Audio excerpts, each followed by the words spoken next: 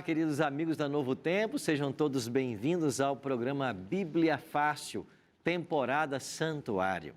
Estamos aqui nos estúdios da Novo Tempo com 10 amigos que vieram do Espírito Santo, Paraná, Pernambuco e São Paulo para essa segunda temporada a respeito do Santuário. E é claro, contamos também com a sua presença nesse ambiente de estudo, onde a palavra de Deus é aberta e ela sempre fala ao nosso coração. Por isso você é muito bem-vindo ao Bíblia Fácil, o seu programa semanal de estudo da Bíblia. Quero convidar você a também tomar a sua Bíblia e participar conosco agora desse estudo. Eu quero aproveitar e oferecer para você um dos presentes que a Novo Tempo tem aqui, que é o DVD Santuário, o Caminho de Deus. Todos os temas que estamos estudando aqui no programa Bíblia Fácil nessa temporada estão neste DVD. Esse DVD foi gravado lá em Israel, num santuário que está montado no Parque Nacional em Timna, e ele tem imagens lindas e profundos ensinamentos. E é um presente da Novo Tempo para você. Você pode ligar para nós agora, ou melhor, em horário comercial, 12 21 27 31 21, ou você pode pedir por WhatsApp. Se você está aí com o seu smartphone na mão, tem o WhatsApp, basta mandar uma mensagem para o nosso WhatsApp, que é 12981001425. Diga assim, quero o DVD. Você vai receber um link de volta para colocar os seus dados postais e nós vamos mandar esse DVD para a sua casa. Num prazo de até 30 dias, vai estar chegando na sua casa. Você não paga nada por isso, é um presente da Novo Tempo para você.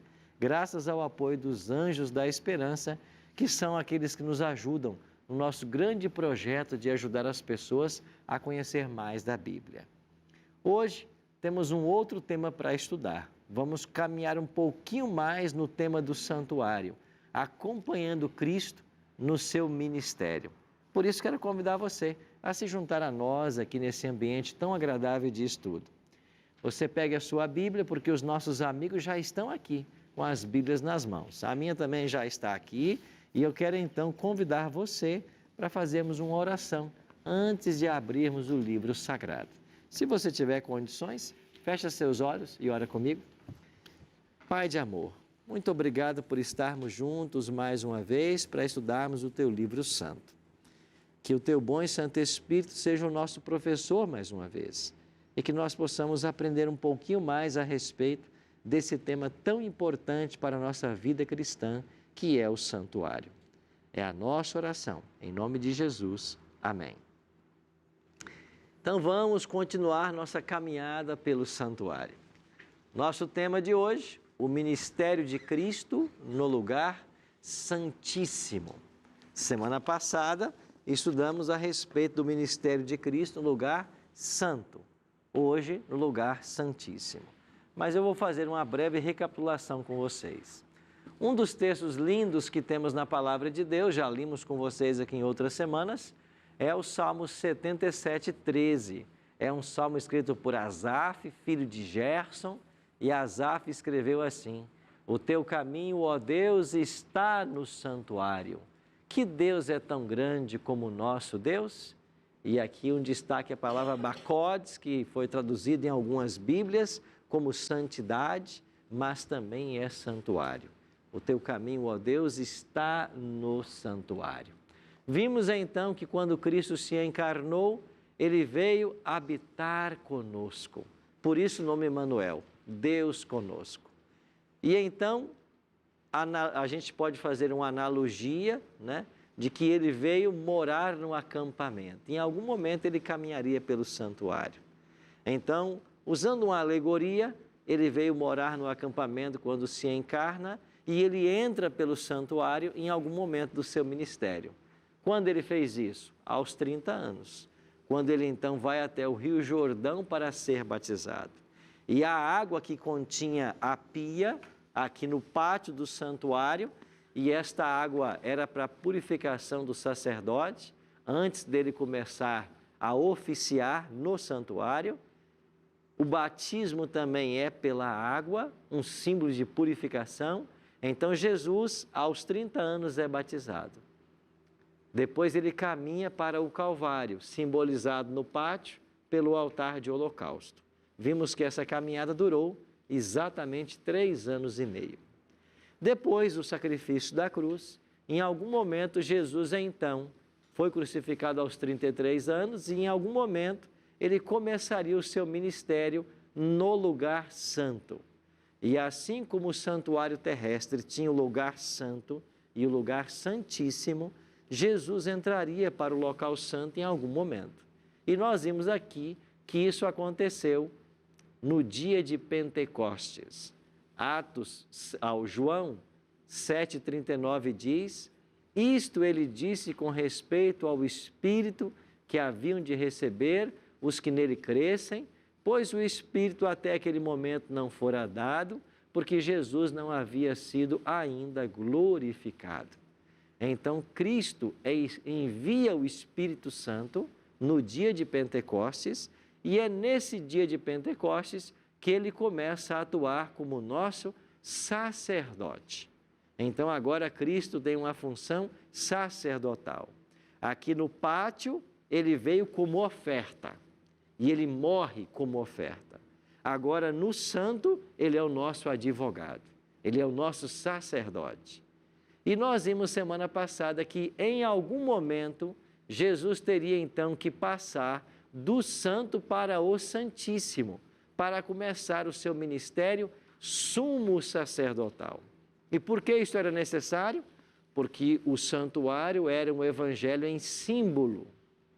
E tudo o que acontecia aqui apontava para Cristo, sua morte e sua obra no santuário celestial. Então, em algum momento, Jesus deixaria de ser sacerdote e passaria a atuar como sumo sacerdote. Esse é o tema de hoje. Jesus como nosso sumo sacerdote. Agora, quando é que Jesus sai do santo e passa para o santíssimo? Quando ele começa esse ministério sumo sacerdotal? Há uma festa que nós estudamos aqui, das 7 festas celebradas por Israel, que vai nos dar esse momento. É justamente a festa da expiação. Então, o dia da expiação, o ritual da expiação, é o que vai nos ajudar a compreender quando é que Jesus começaria a atuar como sumo sacerdote. E por que é esse ritual que vai nos ajudar? Era porque nesse dia, quem é que entrava em cena? O sumo sacerdote. Então, o sumo sacerdote, a mais alta autoridade religiosa da nação de Israel, entrava em cena no dia da expiação. E ele vinha fazer o quê? A purificação do santuário. E se o que acontecia no santuário era uma sombra das coisas celestes, em algum momento Jesus também viria para purificar o santuário, para fazer expiação, para ser sumo sacerdote. Então, todos os animais que morriam no santuário apontavam para o momento que Jesus seria levado para o Calvário. Agora, o ministério do sacerdote aqui no santuário, no pátio e no local santo, apontava também para o ministério sacerdotal de Cristo. E ele foi para os céus no ano 31, após ele haver ressuscitado, ele ascendeu definitivamente aos céus, e então foi entronizado no santuário, tornando-se nosso sacerdote, nosso advogado, como ensinou João, em 1 João 2,1. E ele esteve lá como advogado por muitos anos, mas em algum momento Jesus tornar-se-ia sumo sacerdote, assim como aqui no santuário, uma vez por ano, entrava o sumo sacerdote para fazer a purificação do santuário, envolvendo o local santíssimo. Então, o ministério sumo sacerdotal de Cristo seria parecido com o que acontecia aqui na terra. Então nós temos que olhar para o ritual da expiação e descobrir como que ele era, para saber como que isso se cumpre no ministério de Cristo. Vocês entenderam como que a gente está estudando a Bíblia aqui?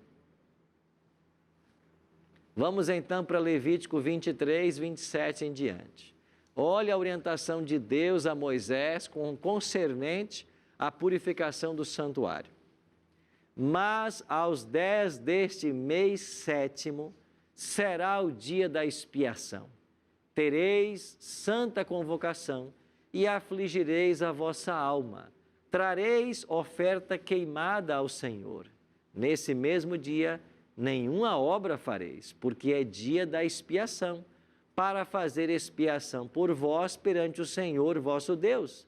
Por toda alma que nesse dia se não afligir, ou porque toda alma que nesse dia não se afligir, será eliminada do seu povo. Então aqui está marcado o dia, 10º dia do 7º mês. Qual era o mês 7º dos hebreus? Tishri. Então no dia 10 do 7º mês é o dia da expiação. É um feriado nacional. Ninguém pode trabalhar. Todo mundo tem que estar em contrição. E quem não ficar em contrição, quem não entender a reverência desse dia, a importância dele, vai ser eliminado do povo. Sabe o que é isso? Expulso, morto. Então vamos pensar num israelita nos dias de Moisés. Você peca, vem até o santuário, traz o animal, coloca a mão sobre a cabeça dele, confessa o seu pecado, mata o animal, você vai embora perdoado. Mas agora o sacerdote levou o registro desse pecado para dentro do santuário. Lá está registrado que você pecou, mas também está registrado que você foi perdoado, que você confessou o pecado. Só que uma vez por ano, o sumo sacerdote vem para limpar esses registros. Então era um dia de juízo para Israel. Acontece a mesma coisa hoje. Quando você peca, você vai até Cristo, que é o seu sacerdote, o seu advogado. E aí você confessa o seu pecado. No exato momento que você confessa o seu pecado, que você se arrepende e confessa, Deus perdoou você. Mas nos livros de registros dos céus, está lá que você pecou. E à frente deste pecado vai estar o quê? Perdoado. Porque você pediu perdão. Mas se você cometeu o pecado, lá está registrado. E se você não se arrependeu e nem pediu perdão, o que tem na frente do registro? Pendente. Você ainda é culpado desse pecado. Então veja, na dinâmica da salvação, o perdão é uma constante. Porque nós somos falhos. Porque nós pecamos todos os dias. Quem aqui que não pecou essa semana? Quem aqui não pecou essa semana? Nós pecamos todos os dias. Precisamos do perdão. Aí você entende porque Cristo, na oração que Ele ensinou, na oração modelo, o que é parte dessa oração modelo ensinada por Cristo?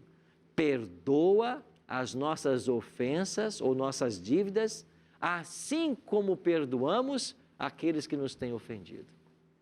E esta é uma oração que tem que ser diária. Todo dia você peca. Então você precisa de perdão. E você vai até quem? Até o advogado, até o sacerdote. Se você não for, o pecado fica contra você. Mas então há um dia de juízo no céu também. Quando os pecados que foram registrados lá têm que ser analisados para saber se esses pecados foram confessados e perdoados ou não. Porque aí é no dia do juízo que Deus vai dizer, essa pessoa pode ser salva porque ela se arrependeu e confessou os pecados. Essa aqui vai ser condenada porque ela nunca se arrependeu. Miriel? Quando eu faço essa confissão de pecados, que eu entrego, eu já estou salva. É nessa hora que acontece a justificação, que muitos falam, você agora é uma pessoa justa, você está justificado pelo sangue de Cristo. A partir de agora você já não é um pecador. Lógico que isso aí não vai te deixar ser uma pessoa que vai pecar, a sair fazendo o que você quer. Você tem que ser uma nova pessoa, uma nova criatura. Seria assim, é aí nesse ponto que a gente se torna uma pessoa justificada Justificação é um termo bíblico. Justificados, pois, pela fé temos paz com Deus, disse Paulo. Para nós entendermos salvação, nós temos que entender que salvação se opera em 3 tempos. E 3 palavras nos ajudam, 3 conceitos teológicos: justificação, santificação e glorificação. Guarda essas 3 palavras: justificação, santificação e glorificação. O que é justificação? Eu andava no mundo, perdido sem Deus. Eu não queria saber de Deus. Eu não acreditava nem que Ele existia. Mas um dia, de alguma forma, o Espírito Santo me alcançou. Através de um amigo, através de uma leitura da Bíblia, através de um programa de TV, de alguma forma o Espírito me alcançou. Eu fui tocado pelo Espírito. Eu passei a crer nesse livro como palavra de Deus. Eu passei a crer em Jesus como Salvador. E quando eu entrego a minha vida para Cristo, quando eu me rendo a Ele e declaro que Ele é o meu Senhor, eu sou justificado. O que é justificação? É a obra de Deus em lançar por terra a justiça humana e considerar o que Cristo fez na vida que Ele teve sem pecado aqui na terra como sua justiça. Por isso Cristo é justiça nossa. Então, quando eu aceito Cristo como meu Salvador, os meus pecados são perdoados e eu sou coberto pelo manto da justiça de Cristo. Eu estou salvo. Deixei de ser pecador? Não. Por que não? Porque você tem dentro de você e eu tenho dentro de mim a natureza pecaminosa. Então eu fui justificado. O que é justificação? É a libertação da condenação do pecado. Agora que Cristo me justificou, eu tenho que caminhar ao lado dele. Eu tenho que praticar a sua palavra.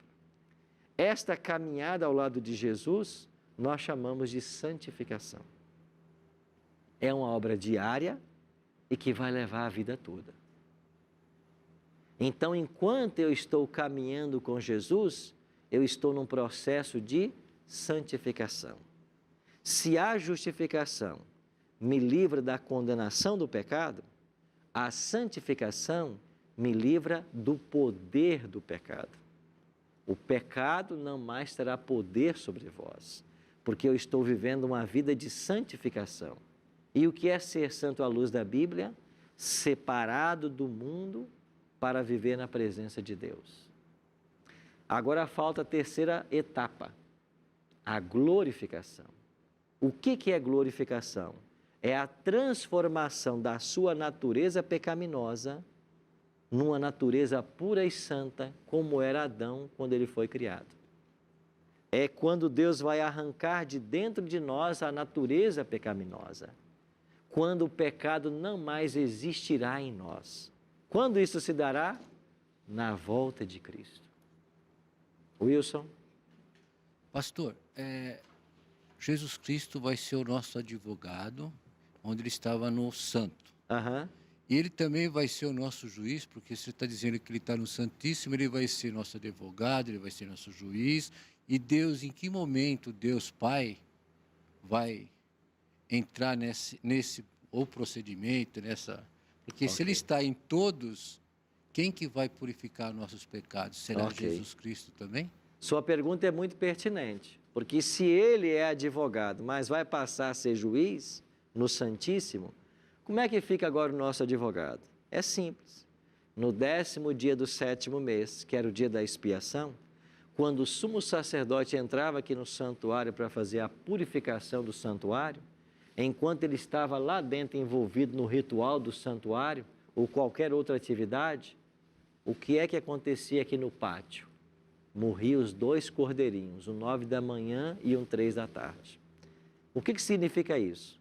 Os cordeiros, que era chamado de sacrifício contínuo, que morriam todos os dias, também morriam no dia da expiação. Ou seja, mesmo sendo o dia do juízo, ainda há expiação. Então, nós podemos estar vivendo o dia do juízo, mas ainda temos um advogado. porque mesmo no 10º dia do 7º mês, os 2 cordeirinhos morriam no santuário, 9 da manhã e 3 da tarde. É para ensinar para mim e para você que mesmo nós estando vivendo o dia do juízo, ainda há um advogado por nós. Só não teremos mais advogado quando o juízo terminar. E nós veremos semana que vem quando é que vai terminar esse juízo, certo? Vamos avançar um pouquinho mais então.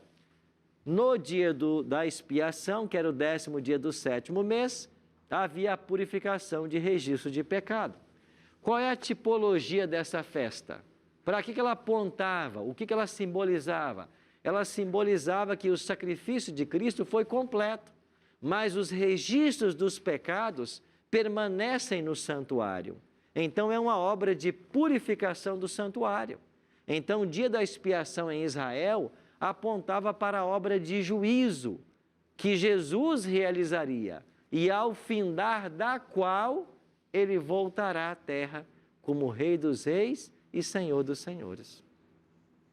Então, quando Cristo vai voltar à terra? Quando acabar a obra do juízo, quando ele terminar o seu ministério sumo sacerdotal. Então, vamos à pergunta-chave de hoje. Quando é que Jesus começou o juízo?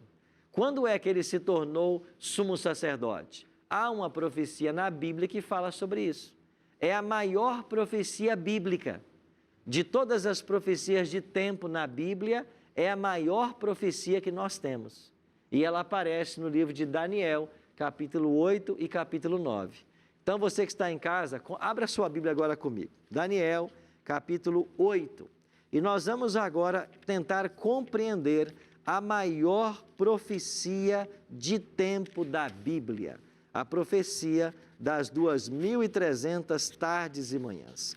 Olha o que diz Daniel 8,14, página 594, 595.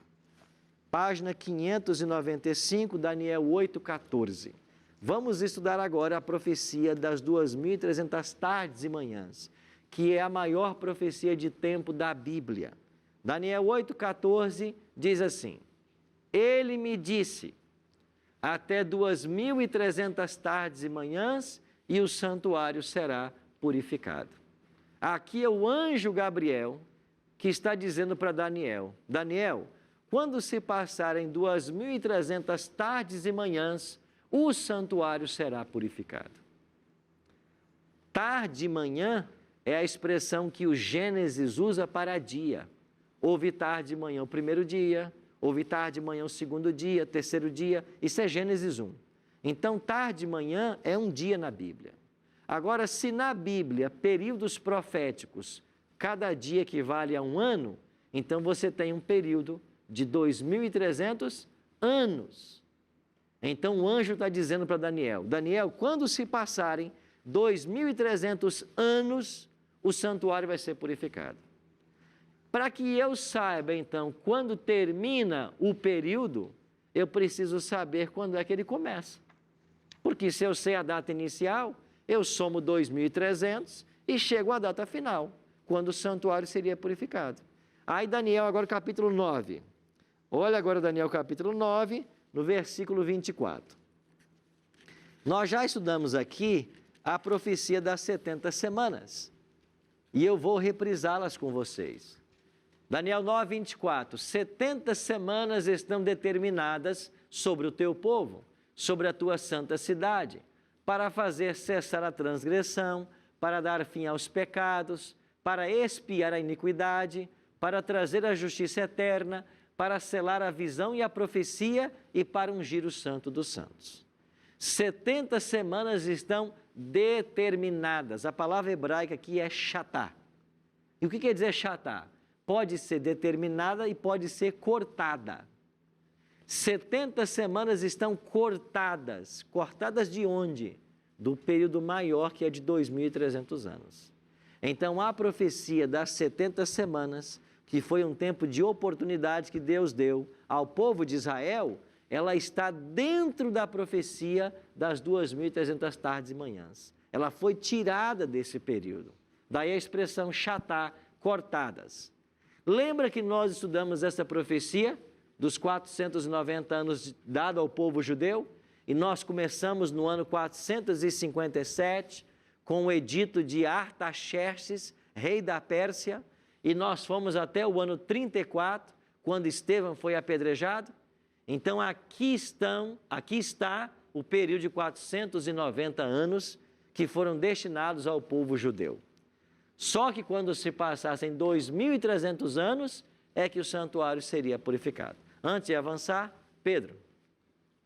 2.300 anos, isso é no calendário nosso ou judaico? Em qualquer calendário. É um período de tempo que agora nós vamos ter que olhar para o calendário do tempo de Daniel e vamos ter que olhar para o nosso calendário, porque ele chega até nós. Então é o seguinte, nos dias de Daniel, você tinha lá o calendário que eles usavam, o calendário babilônico, certo? Quando vem o Império Romano, Roma criou o seu calendário, e foi o imperador que criou o calendário, agora juliano, porque foi Júlio César quem refez o calendário. Daí o calendário juliano. Esse calendário juliano ficou por muito tempo valendo até a Idade Média. E aí o Papa Gregório criou o calendário gregoriano. Então hoje o nosso calendário é o gregoriano. Isso aconteceu por volta do ano 1580, 1582. Então até lá o calendário era juliano, vindo de Roma. Agora o nosso calendário atual, nós estamos hoje no calendário gregoriano, porque foi um calendário que o Papa Gregório fez as mudanças. Saímos de um calendário romano, agora para um gregoriano. Então, dentro do nosso calendário, que é o gregoriano, quando é que esses 2.300 anos vai terminar? Quando é que o santuário vai ser purificado? Quando é que Jesus vai passar do santo para o santíssimo? Nós vamos por um rápido intervalo e eu volto para nós juntos analisarmos isso à luz da Bíblia. Não saia daí.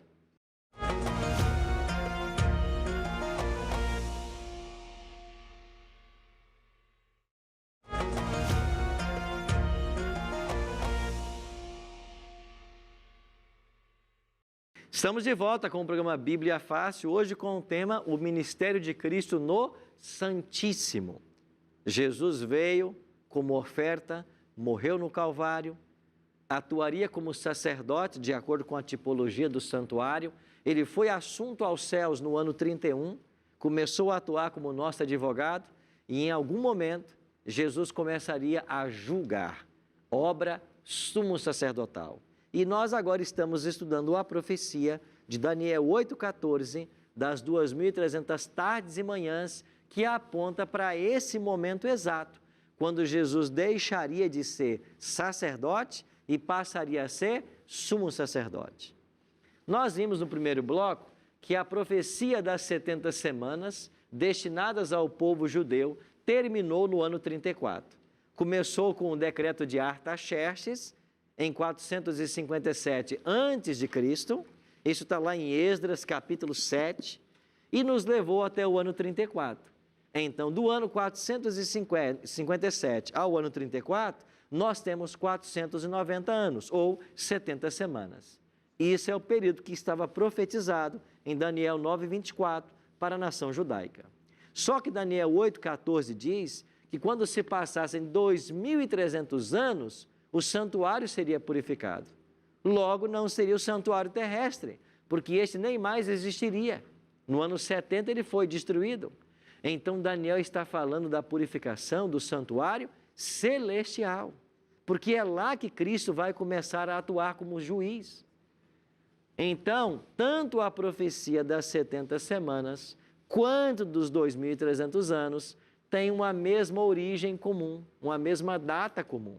Elas começam em 457. Agora está fácil. Se eu já viajei 490 anos, o que eu preciso fazer? Eu preciso pegar 2.300, subtrair os 490 que eu já viajei. Quantos anos faltam indo avançar para chegar até a purificação do santuário? 1.810. Então, se eu já percorri até o ano 34, 490 anos, eu tenho que subtrair esse período dos 2.300. Quantos anos faltam para que eu viaje ainda no futuro para alcançar o dia do juízo? 1810. Agora, se eu estou no ano 34 e viajo mais 1810 anos, eu vou chegar em que ano? 1844. Ou seja, 1844 do calendário gregoriano é o ano em que Jesus começaria a obra sumo sacerdotal, começaria a purificação do santuário celeste, começaria o juízo. Agora me falta uma coisa. No ano 1844, que dia? Se lá em Israel era o 10º dia do 7º mês, que era Tishri, eu tenho que fazer agora uma transposição do calendário de Israel para o nosso calendário gregoriano. E você viu que eu já mostrei aqui uma tabela com os meses hebreus e os nossos? Está lembrado que mês era comparado a Tishri, o 7º mês? Outubro. E o 10º dia, o dia da expiação para os judeus em 1844, caiu em que dia de outubro? Dia 22. Então veja, o dia 22 de outubro de 1844 é a data que Jesus então deixa de ser sacerdote e passa a ser sumo sacerdote, ainda que, como o Wilson perguntou, ele continue atuando como advogado, porque mesmo no dia da expiação havia o sacrifício contínuo. Então hoje, Wilson, ele acumula as funções, ele tanto é nosso advogado, como também ele já é juiz, ele já começou a obra de juízo. É por isso que o apóstolo Paulo escreveu assim para a igreja de Corinto: porque importa que todos nós compareçamos perante o tribunal de Cristo, para que cada um receba segundo o bem ou mal que tiver feito por meio do corpo. Todos nós, Samanta, eu e você, viu? Wilson, você também vai. Vai. Pedro, você também vai. Eva, você também vai. Você que está em casa me assistindo, você também vai. Você também vai comparecer um dia perante o tribunal de Cristo. Agora, nós temos que ter medo disso? Claro que não. Porque ele também é o nosso advogado. Agora, se Cristo não é o teu advogado, aí o problema é sério. Porque aí você não tem chance. Porque nós vamos ser julgados pelo bem ou mal que nós fizemos. Mas quando Cristo é o advogado, sabe o que ele faz? Ele pega a justiça dele, o manto de justiça, a vida sem pecado que ele levou, e ele cobre você, se ele é o teu advogado. Mas se ele não é, é você e o juiz. Aí o seu caso é sem esperança. É por isso que nós só temos uma saída: termos o advogado. Sim. Essas 77 semanas que ele fala, já chegamos, já passamos ou ainda está por vir? As 70 semanas, vou voltar ao slide aqui, elas terminaram no ano 34, com o apedrejamento de Estevão. Aí nós viajamos mais 1810 anos, porque o período total é 2.300, e nós chegamos agora ao ano 1844. Então nós estamos hoje há mais de 150 anos, ou há mais de 170 anos. O juízo já começou há mais de 170 anos. Começou quando? Lá, no dia 22 de outubro de 1844. É por isso que Paulo ensinou que todos nós vamos comparecer perante o tribunal de Cristo. Como é que eu compareço perante esse tribunal? Eu vou lá pessoalmente, fisicamente? Não. Livros de registro. É a minha vida que está registrada. É esta análise que vai ser levada ao tribunal. Mas eu vou explicar isso com mais detalhes. Samanta. Pastor, nessa data, 22 de 1844, aconteceu algum fato histórico que mostre para a gente assim, essa profecia? Claro. O cumprimento dessa profecia? Algo extraordinário aconteceu. Apocalipse 14, 6 e 7 diz assim: temei a Deus e dai-lhe glória, pois é chegada a hora do seu juízo. Apocalipse 14, 6 e 7 anuncia também esse mesmo juízo. Jesus começou o trabalho dele. Então, no dia 22 de outubro, Jesus começou a julgar. Como é que é esse juízo? Eclesiastes 12, 13 e 14. De tudo que se tem ouvido, a suma é: teme a Deus e guarda os seus mandamentos, porque isso é o dever de todo homem, porque Deus há de trazer a juízo todas as obras, até as que estão escondidas, quer sejam boas, quer sejam más. Então, o juízo vai começar. E qual é a norma desse juízo? A lei de Deus.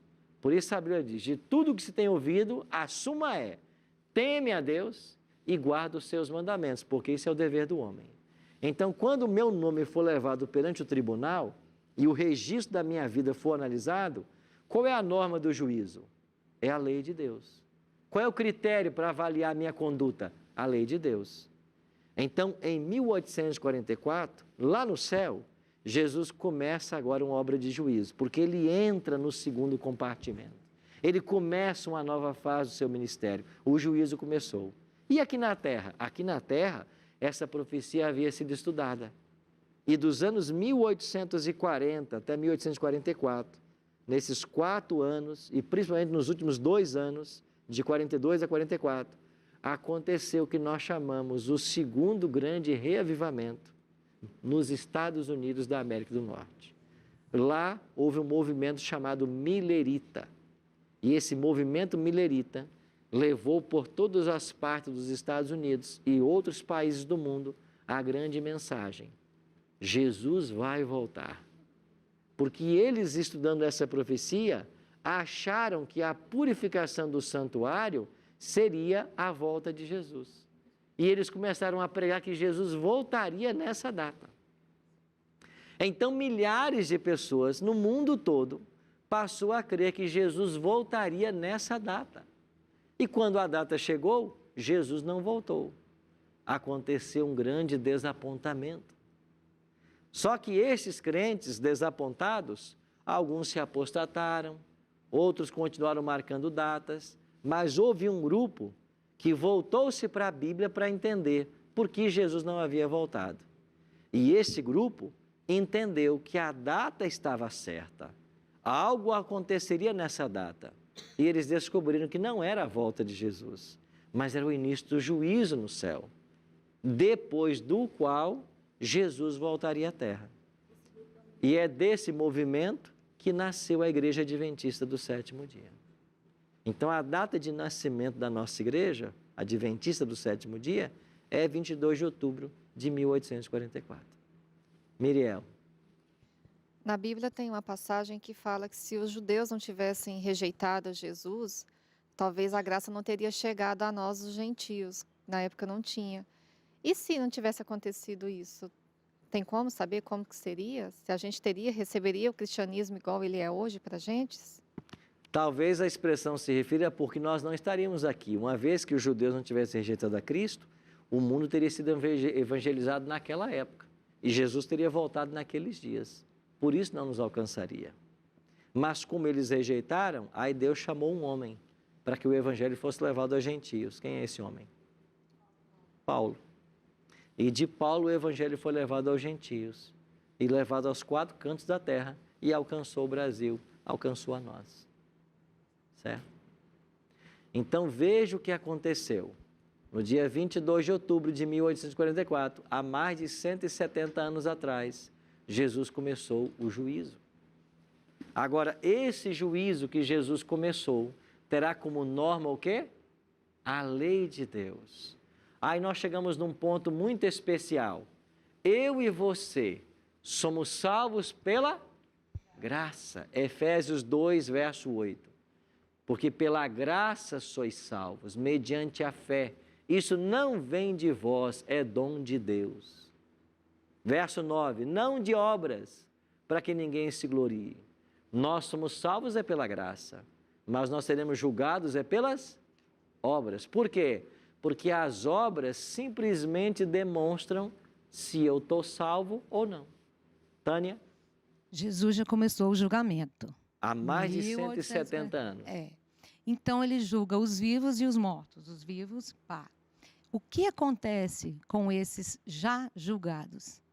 Se a pessoa está morta, ela é julgada. E como ela está morta, não pode fazer mais decisão nenhuma, o caso é definido. Se ela é declarada salva, o nome dela vai para a lista da primeira ressurreição. Se ela é declarada perdida e as obras são analisadas, ela vai para a lista da segunda ressurreição. Está lembrado que Jesus falou de 2 ressurreições? João 5, 28 e 29? A primeira ressurreição é a da vida, a segunda é da condenação. Então, quem está salvo vai para a primeira ressurreição, Jesus volta, ressuscita ele, leva ele para o céu e ele vai viver eternamente. Quem está perdido? Jesus volta, ele continua morto, vai ficar morto mais 1000 anos, 1000 anos depois vai ressuscitar para ser destruído. São as 2 ressurreições que a Bíblia fala. Agora, e quem está vivo? O meu nome pode estar passando hoje no juízo? Pode. Mas o que acontece com o meu nome? Ele permanece em aberto. Por quê? Porque eu estou vivo. Porque amanhã vai ser um outro dia. E pode ser que hoje eu esteja perdido, mas amanhã eu me entregue a Cristo. Pode ser que hoje eu esteja em pecado, mas amanhã eu me arrependa. Então, meu caso está em aberto. O contrário é verdade. Pode ser que hoje eu esteja salvo, mas amanhã eu faço uma escolha errada e abandone Cristo. Aí eu saio do estar de salvo para perdido. Então, para quem está vivo, salvação é uma questão dinâmica, é diária. É por isso Paulo diz, aquele que está em pé, cuide para que não caia. Porque é uma questão diária, dinâmica. Agora, quando é que o meu caso, ou o caso dos vivos, o nosso caso, que estamos vivos, vai ser definido? Ele é definido primeiro, se a gente morre. Porque todo mundo que morre, morre salvo, morre perdido. Segundo, se eu em vida pecar contra o Espírito Santo. Esse pecado não tem perdão. Aí você já está condenado. Ou, se Jesus deixar o santuário. Porque quando ele deixar o santuário, e nós vamos estudar isso semana que vem, quando é que ele vai deixar o santuário, como vai ser isso? Aí o caso já está decidido. Porque quando ele sai do santuário, quem é que saiu de cena também? O advogado. Entendeu? É por isso que eu preciso hoje compreender bem esse assunto. Ana? Ele fala que é julgado pelas obras. Quais são essas obras? Tudo que você faz, tudo é obra. Então a Bíblia, Paulo em Gálatas 5, 22 e 23, fala dos frutos do Espírito. E Paulo também fala das obras da carne. Então na Bíblia você tem obras da carne e frutos do Espírito. Quem vive no pecado, pratica as obras da carne. Quais são as obras da carne? Prostituição, mentira, homicídio, lascívia, tudo isso são as obras da carne. Quais são os frutos do Espírito? Quem vive com Cristo, quem está na presença dEle, bondade, mansidão, alegria, temperança, domínio próprio. Ele menciona 9, né? Lá em Gálatas 5, 22 e 23. Então, se uma pessoa produz na vida dela as obras do Espírito, os frutos do Espírito, é porque Cristo domina o coração. Mas se a pessoa produz as obras da carne, é porque o diabo domina o coração. Ah, pastor, isso é muito radical. Não. Jesus falou assim, ninguém pode servir a 2 senhores. Ou o seu coração é de Cristo, se ele não for, ele vai ser do diabo. Por que você ouve nos noticiários hoje que um pai pega um filho e mata? Coração do diabo. Por que você ouve nos noticiários que uma pessoa pega uma arma, sai para assaltar, mata? Coração dominado pelo diabo. Se Cristo não domina o coração, o diabo vai dominar. E esse domínio é paulatino. Ele vai aumentando a sua área de domínio até tomar conta completamente. E aí, quando ele toma conta completamente, você vê as aberrações, as loucuras, as misérias que o ser humano é capaz de fazer. Mas se Cristo domina o coração, você percebe como é a pessoa. Você percebe o contato com a pessoa, o convívio com a pessoa. E sabe qual é a característica que mais distingue aquele que Cristo habita o coração? Qual é? O amor. Pessoas que amam, pessoas que respeitam o próximo, pessoas que tratam todos de forma igual, pessoas que não têm palavras duras, que não têm palavra crítica, pessoas que não ficam condenando, apontando o pecado. É esse que tem Cristo no coração. Então, quando Cristo está no coração, as obras são as obras de Cristo. Quando Ele não está, você vai ficar parecidinho com o diabo, fazendo as coisas só que o diabo manda, que o diabo quer. E não se engane, não é possível estar em cima do muro. Não é possível. Porque Jesus falou assim: aquele que não é por mim, é contra mim. Quem comigo não ajunta, espalha. Não há em cima do muro nessa questão. Por isso, meu amigo, há um convite para mim e para você aqui em Hebreus. O autor de Hebreus diz assim: acheguemo-nos, portanto, confiadamente. Aonde?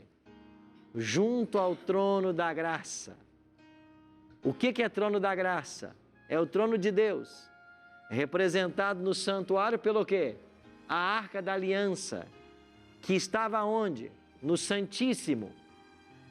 Então acheguemo-nos, a fim de recebermos misericórdia e acharmos graça para socorro em tempo oportuno. Por quê? Porque agora é o tempo oportuno. Agora, hoje. Ah, pastor, amanhã eu vou pensar em que eu faço da minha vida. Amanhã eu vou me decidir por Cristo ou não. Amanhã, você não tem o amanhã. Você tem o hoje. Você tem o agora. Por isso, eu e você precisamos estar nas mãos do Senhor. Nadson Portugal vai louvar a Deus agora para a gente. E enquanto o Nadson cantar, qual é a música, Nadson? Em teu coração? Em meu coração. Enquanto ele cantar, eu queria que você pensasse: esse meu coração é de Cristo? Ele é o meu advogado? Porque se ele não for de Cristo, você já sabe de quem ele é. Não, pastora, eu não quero que o meu coração seja do inimigo. Então, você precisa se entregar. Você precisa abrir o coração e deixar que o Espírito Santo venha para você. Cubra você com o manto da justiça dele e faça na sua vida as mudanças que você não tem força para fazer, mas ele tem. Pensa nisso.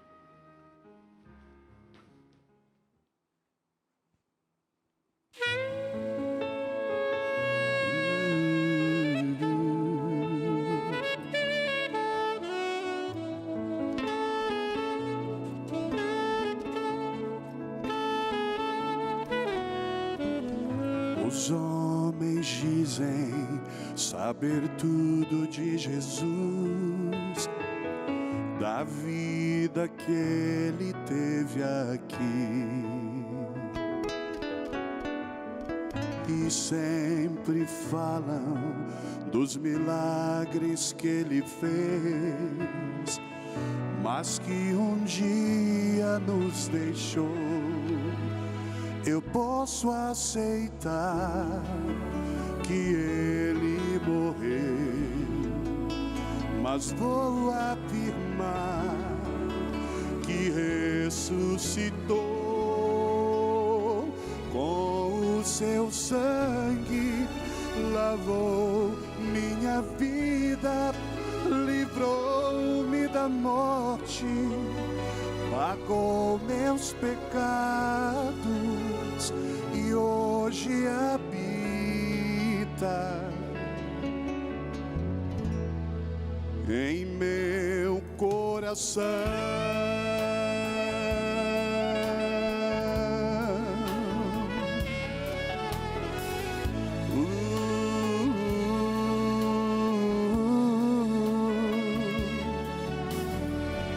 Por isso creio que crucificado foi, mas do sepulcro levantou,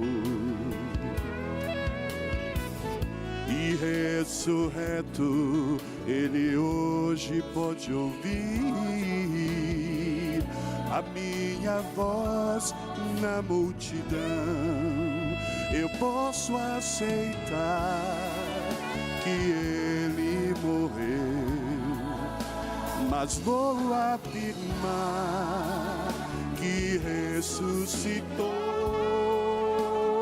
Com o seu sangue lavou minha vida, livrou-me da morte, pagou meus pecados e hoje habita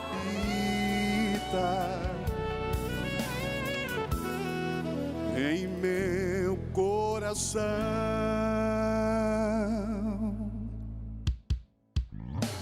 Eu posso aceitar que ele morreu, mas vou afirmar que ressuscitou. Com o seu sangue lavou minha vida, livrou-me da morte, pagou meus pecados e hoje habita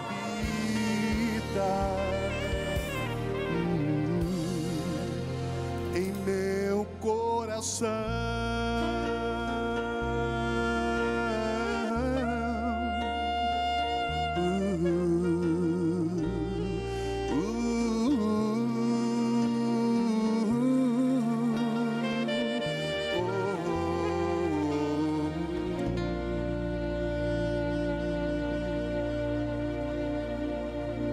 Amém.